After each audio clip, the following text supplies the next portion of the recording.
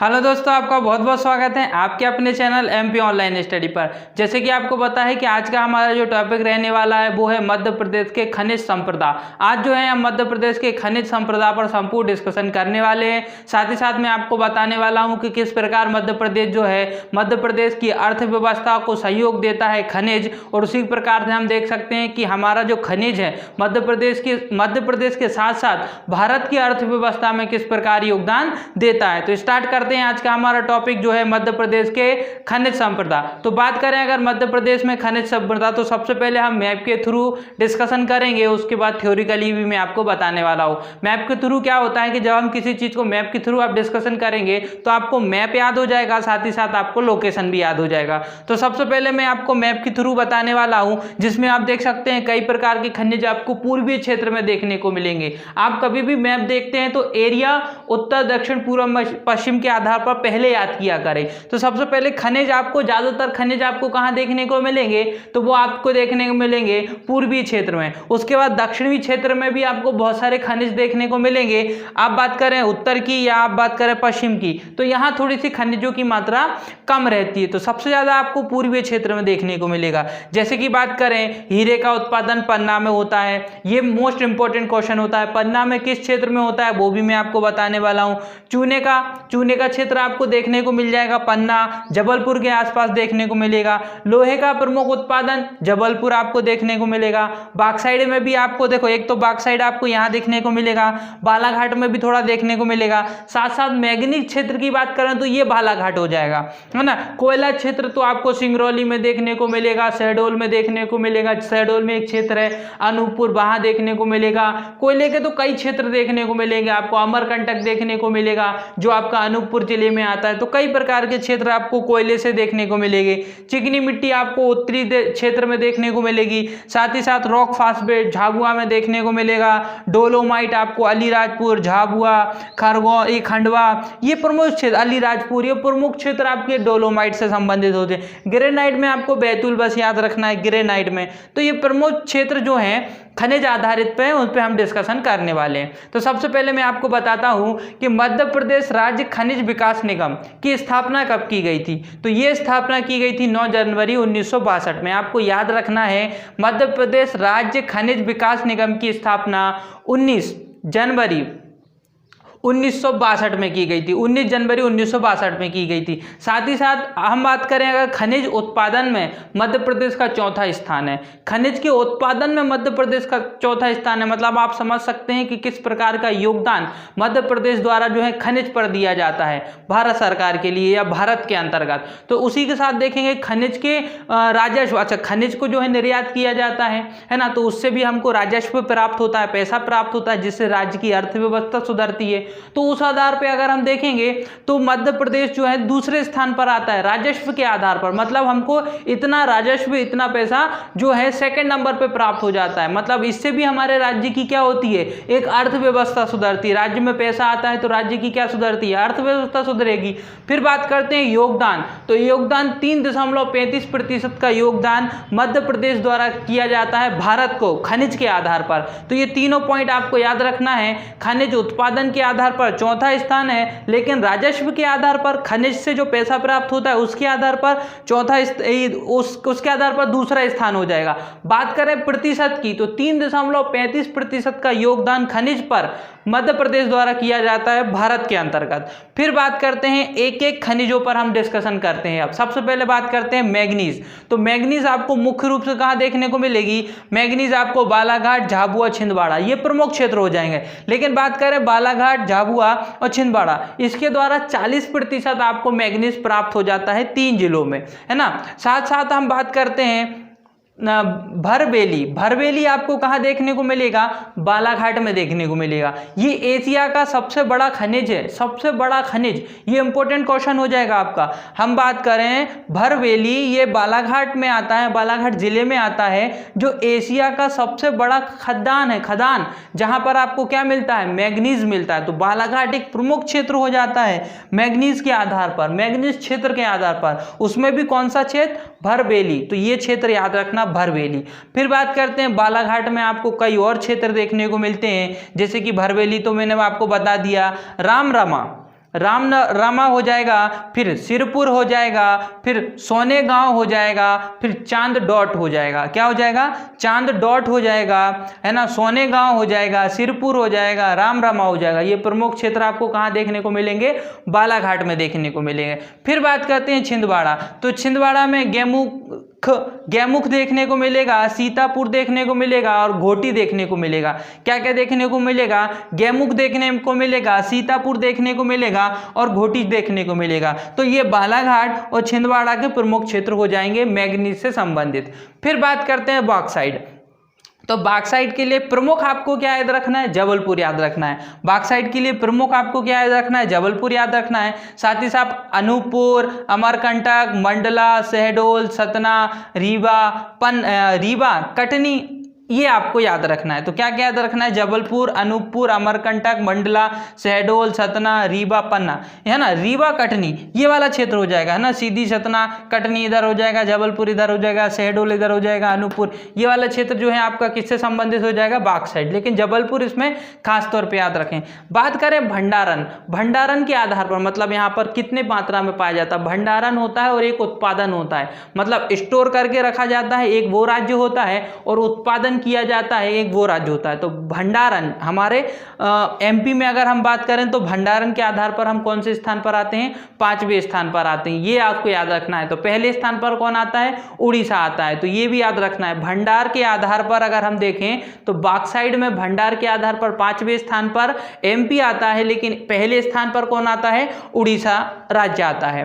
फिर बात करते हैं लोहा। तो लोहे का क्षेत्र जैसे कि मैंने आपको बताया है, तो लोहे का क्षेत्र आपका जबलपुर प्रमुख हो जाएगा लोहे के क्षेत्र में। फिर ग्वालियर की बात करते हैं और पश्चिमी जिले की बात करते हैं। देखो सबसे पहले बात करें लोहे का, तो प्रमुख क्षेत्र आपको जबलपुर देखने को मिलेगा, थोड़ा सा आपको लोहे का ग्वालियर क्षेत्र भी देखने को मिलेगा। साथ ही साथ पश्चिमी जिले में थोड़े से इंदौर, उज्जैन, झाबुआ, ये वाले क्षेत्र आपको देखने को मिल जाएंगे। देवास, ये प्रमुख आपको देखने को मिल जाएंगे। किसके लिए? लोहे उत्पादन के लिए। अच्छा, बात करते हैं भंडार में सबसे पहला, तो भंडार में अगर हम देखेंगे तो भंडार में आपको पहला स्थान पे कौन देखने को मिलेगा?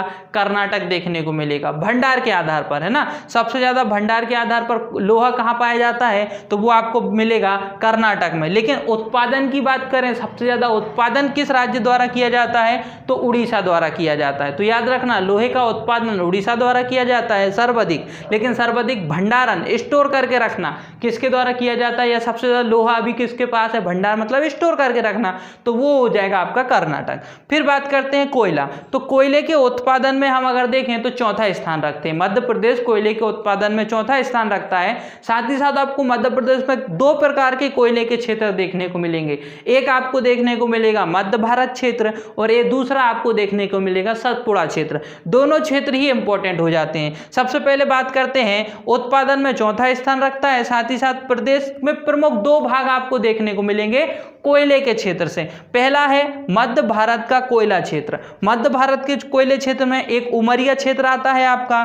देखो मध्य भारत कोयला क्षेत्र ये वाला मध्य भारत कोयला क्षेत्र, और दूसरा क्षेत्र कौन सा है? सतपुड़ा कोयला क्षेत्र। तो ये हो जाएगा आपका सतपुड़ा कोयला क्षेत्र। तो मध्य भारत कोयला क्षेत्र और सतपुड़ा कोयला क्षेत्र, ये दोनों आपको याद रखना है। अब बात करते हैं मध्य भारत कोयला क्षेत्र की। तो ये आपको कहाँ देखने को मिलेगा?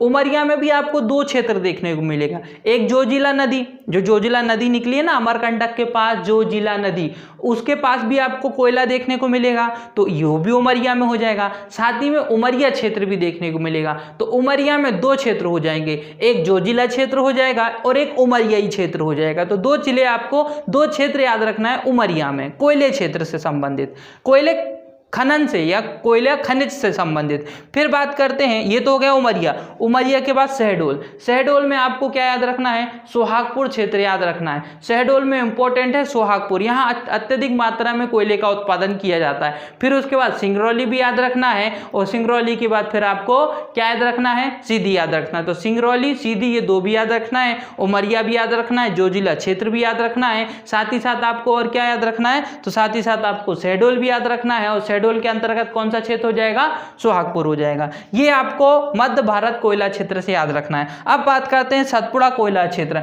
बात करेंगे सतपुड़ा कोयला क्षेत्र की तो छिंदवाड़ा में आपको देखने को मिलेगा। छिंदवाड़ा में भी दो क्षेत्र देखने को मिलेंगे। देखो एग्जामों में आजकल जो है ना छिंदवाड़ा नहीं पूछा जाता है, छिंदवाड़ा के अंदर जो प्रमुख क्षेत्र हैं वो पूछ लिए जाते हैं, है ना, जिले नहीं पूछे जाते हैं आजकल। नॉर्मली क्या पूछ लिया जाता है, प्लेस पूछ लिया जाता है, वो क्षेत्र पूछ लिया जाता है। तो छिंदवाड़ा में अगर हम बात करें, छिंदवाड़ा जिले में अगर हम बात करें तो एक है कन्हर घाटी और एक है पेंच घाटी। ये दो घाटी आपको छिंदवाड़ा में देखने को मिलेगी। साथ ही साथ तवा नदी, तवा क्षेत्र जो है ना बैतूल नदी के पास, बैतूल जिले के पास जो तवा नदी है ना वो वाला क्षेत्र हो जाएगा कोयले वाला, है ना। साथ ही साथ होशंगाबाद भी याद रखना है। अच्छा, बैतूल जिला जो है वहां पे आपको एक ताप विद्युत केंद्र देखने को मिलेगा, सारणी ताप विद्युत केंद्र। अच्छा, जो भी ताप विद्युत केंद्र होता है उसको कोयले की आवश्यकता होती है, तो कोयले की पूर्ति कहां से होती है, तो कोयले की पूर्ति जो है तवा नदी के पास आसपास जो कोयला पाया जाता है उससे पूर्ति की जाती है सारणी ताप विद्युत केंद्र की, जो आपको कहां देखने को मिलेगा, बैतूल में देखने को मिलेगा। तो पूरे इंपॉर्टेंट पॉइंट हैं ये। इसके बाद बात करते हैं हमारा हीरा। हीरा उत्पादन में जैसे कि आपको पता है कि प्रथम स्थान कौन रखता है, मध्य प्रदेश रखता है। तो इंपॉर्टेंट पॉइंट है ना। उत्पादन में मध्य प्रदेश पहला स्थान रखता है, लेकिन भंडार में कौन रखता है, सबसे ज्यादा कोयले का भंडार किसके पास है, तो वो आंध्र प्रदेश हो जाएगा। आंध्र प्रदेश भंडारण पर, लेकिन उत्पादन में मध्य प्रदेश हो जाएगा, है ना। बात करते हैं पन्ना। पन्ना में एक प्रमुख क्षेत्र देखने को मिलेगा हीरे से संबंधित, वो क्या नाम है उसका, मझगवा। मझगवा, तो ये मझगवा क्षेत्र याद रखना है। पन्ना एग्जाम में नहीं आएगा, एग्जाम में आएगा तो मझगवा याद आएगा, ठीक है। सतना में भी एक कोटारिया देखने को मिलेगा, कोटारिया क्षेत्र। तो सतना में भी कोटारिया क्षेत्र याद रखना है और मझगवा आपको पन्ना में याद रखना है। साथ ही साथ पन्ना में एक और आपको नदी का नाम याद रखना है, भागेन नदी। भागेन नदी के आसपास भी आपको जो है, इस नदी में भी कई आपको जो है क्या देखने को मिलेंगे, हीरे देखने को मिलेंगे। हालांकि वो पूरा क्षेत्र कैसा है, वो जो है राज्य के अंतर्गत आता है, राज्य के क्षेत्र के अंतर्गत आता है ना। तो यहां पर भागेन नदी में भी आपको जो है कई प्रकार के हीरे देखने को मिलते हैं, है ना। मझगवा, मझगवा पन्ना, भागेन नदी पन्ना और कोटारिया सतना, ये क्षेत्र आपको याद रखना है। तो ये हो जाएगा हीरा। हीरा उत्पादन में मध्य प्रदेश का पहला स्थान है, लेकिन भंडारण में आंध्र प्रदेश का पहला स्थान है। फिर बात करते हैं तवा। तो फिर बात करते हैं जो तवा उत्पादन में, है ना, बात करते हैं अगर हम, तो इसमें आप देखेंगे, इसमें आपको सबसे पहले आपको देखने को मिलेगा मलाज खंड। मलाज खंड आपको कहाँ देखने को मिलेगा, बालाघाट में याद रख, है ना। तो आपको याद रखना है मलाज खंड कहाँ है, बालाघाट में। वैसे तो हमको पता है कि तांबे के उत्पादन में, तांबे के, है ना, तांबे के उत्पादन में अगर हम बात करें, तांबे का उत्पादन तो सबसे ज्यादा आपको कहाँ देखने को मिलेगा, सबसे ज्यादा आपको देखने को मिलेगा तांबा। अगर हम बात करें तांबा का सबसे ज्यादा उत्पादन आपको कहाँ देखने को मिलेगा, मलाज खंड, बालाघाट। तांबे का यहाँ मलाज खंड है, बालाघाट में यहाँ देखने को मिलेगा। साथ ही साथ आपको एक और क्षेत्र याद रखना है, जबलपुर में। जबलपुर में भी एक तांबे का क्षेत्र है जो आपको याद रखना, वो क्या है, वो है आपका सिलमनाबाद। क्या है, सिलमनाबाद। तो सिलमनाबाद आपका जबलपुर में हो जाएगा और साथ ही साथ आपका एक हो जाएगा मलाज खंड, कहाँ हो जाएगा, बालाघाट में। अब बात करते हैं उत्पादन। तो उत्पादन में प्रथम स्थान कौन रखता है, मध्य प्रदेश। उत्पादन में प्रथम स्थान कौन रखता है, मध्य प्रदेश प्रथम स्थान रखता है। और राजस्थान कौन सा स्थान रखता है, उत्पादन में दूसरा स्थान रखता है। लेकिन भंडार में बात करें तो राजस्थान प्रथम स्थान रखता है और मध्य प्रदेश दूसरा स्थान रखता है। तो दोनों डिफरेंस आपको याद रखना है। बात होगी जब उत्पादन की तो पहला स्थान मध्य प्रदेश रखता है, दूसरा स्थान राजस्थान रखता है। लेकिन जब बात होगी भंडारण की तो उस समय राजस्थान प्रथम स्थान रखता है और मध्य प्रदेश दूसरा स्थान रखता है। फिर बात करते हैं चूना उत्पादन। तो चूना पत्थर की अगर हम बात करें तो उत्पादन में मध्य प्रदेश का कौन सा स्थान है, तीसरा स्थान है। चूना उत्पादन में मध्य प्रदेश का तीसरा स्थान है, लेकिन आंध्र प्रदेश का पहला स्थान है। अब क्षेत्र बात कर लेते हैं तो सतना और कटनी, यहां आपको चूना पर्याप्त मात्रा में देखने को मिल जाएगा। तो सतना और कटनी, ये दो क्षेत्र आपको चूना पत्थर से याद रखना है। बात करें मध्य प्रदेश का स्थान तो मध्य प्रदेश उत्पादन में तीसरा स्थान रखता है। और बात करें पहला स्थान कौन सा राज्य रखता है, तो आंध्र प्रदेश रखता है। फिर बात करते हैं टंगस्टन। तो टंगस्टन का आपको जिला तो याद हो जाएगा, नॉर्मली होशंगाबाद है, लेकिन उसमें अगरिया क्षेत्र आता है। तो ये याद रखना, क्योंकि एग्जाम में होशंगाबाद ना पूछ के अगरिया पूछ लिया जाता है आजकल। तो टंगस्टन का प्रमुख क्षेत्र कौन सा हो जाएगा?